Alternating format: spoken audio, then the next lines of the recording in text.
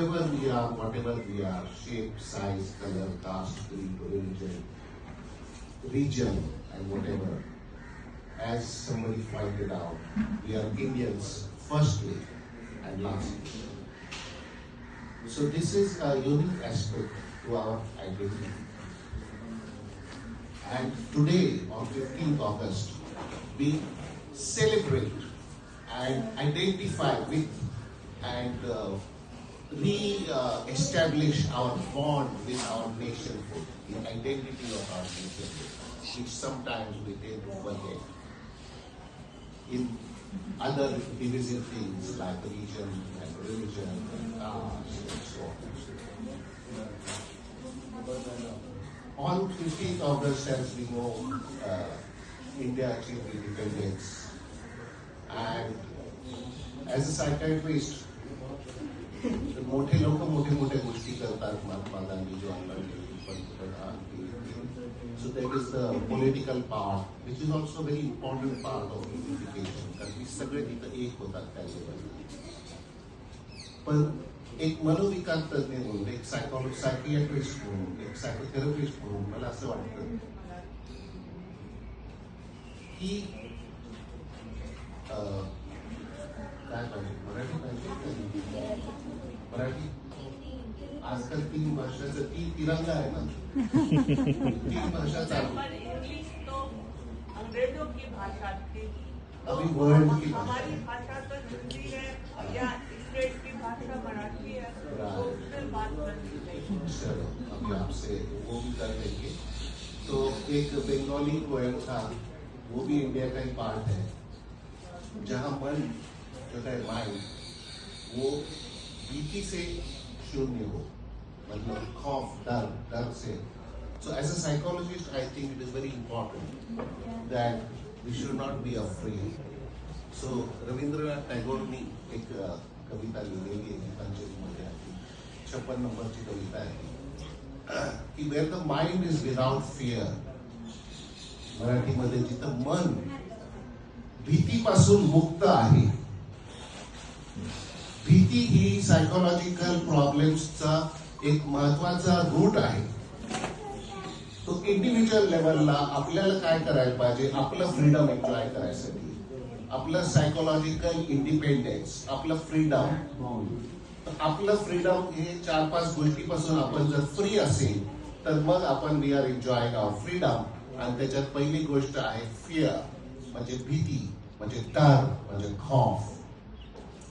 Second thing is anger.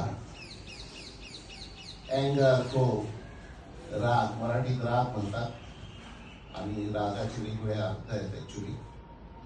So anger. Then you have fear, anger, guilt.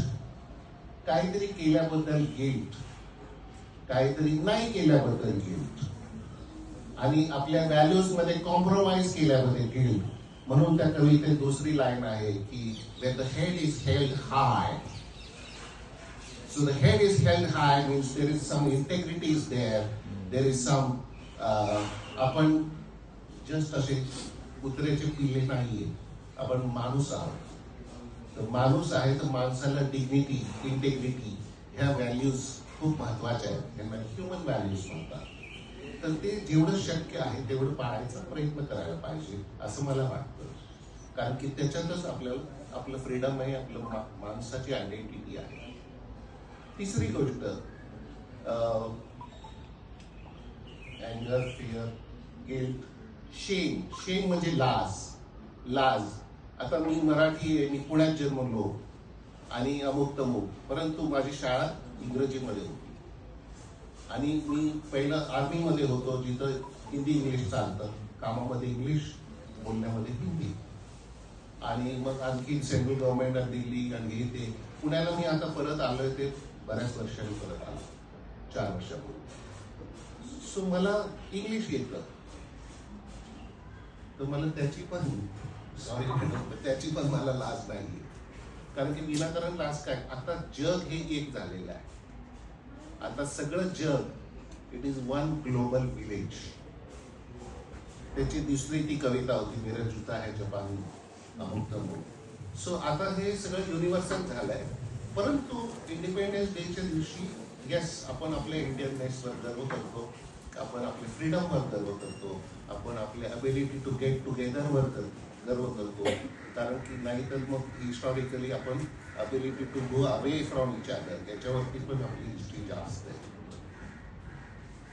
So finally, what I want to tell you as a psychiatrist is fear, anger, guilt, shame,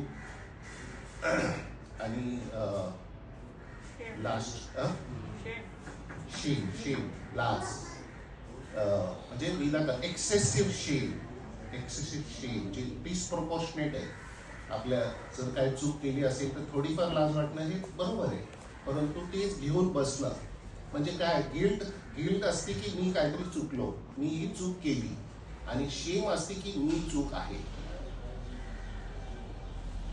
शेमचं meaning आहे मीच चुकीचा आहे, मैं mistake हूँ.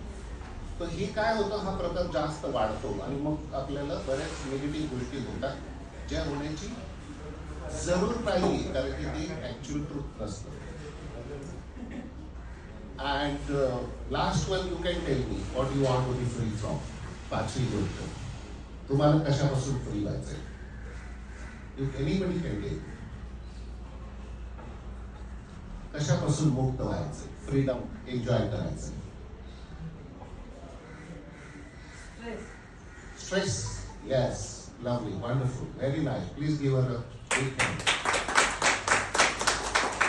एका शब्दात त्यांनी सगळं सायकोलॉजी आणि सायकॅट्री कव्हर करून टाकलं.